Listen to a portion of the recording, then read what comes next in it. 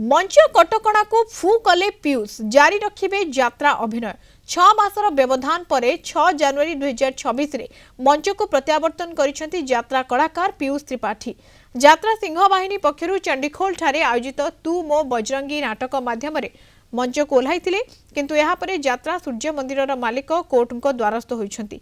से अभियोग करिसेंती जे पीयूष सह जून 2026 पर्यंत चुक्ति थिबा सत्वे से अन्य एक पार्टी रे अभिनय करिसेंती। याको आधार करी कोर्ट परवर्ती शुणाणी पर्यंत पीयूष को यात्रा मंच रे अभिनय न करने को मना करिसेंती। गतकाली यात्रा कलाकार पीयूष त्रिपाठी को कोर्ट नोटिस पर तेजिछि यात्रा कलाकार मालिक विवाद।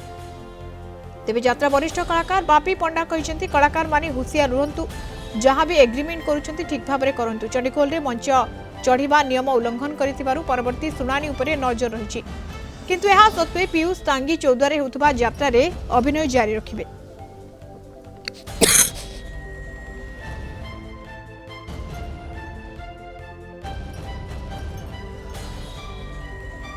आपण जमती मीडिया रे देखिछन्ती मु भी सेमती मीडिया रे ही से नोटिस टी को देखिछि, किंतु नोटिस म हाथ को वर्तमान जे आसीनी।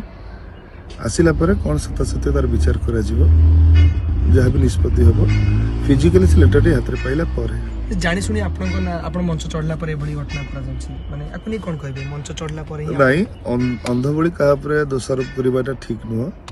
प्रथमे देखिबा को पड़िबो जे त्रुटि कोठी रहिछि, त्रुटिटी मोर कि आउ कहार प्रथमे सेटा देखिला परे तापर बाकी सब कथा सामना को आसिले भल लागे। वर्तमान पर्यंत आपन पाखे कोनोस नोटिस पहुंचिनी वर्तमान सुद्धा भी कोनोस नोटिस मो पाखे पहुंचिनी। दीदी पहुंचला पर आपन परवर्ती एक्शन कोन नेबे?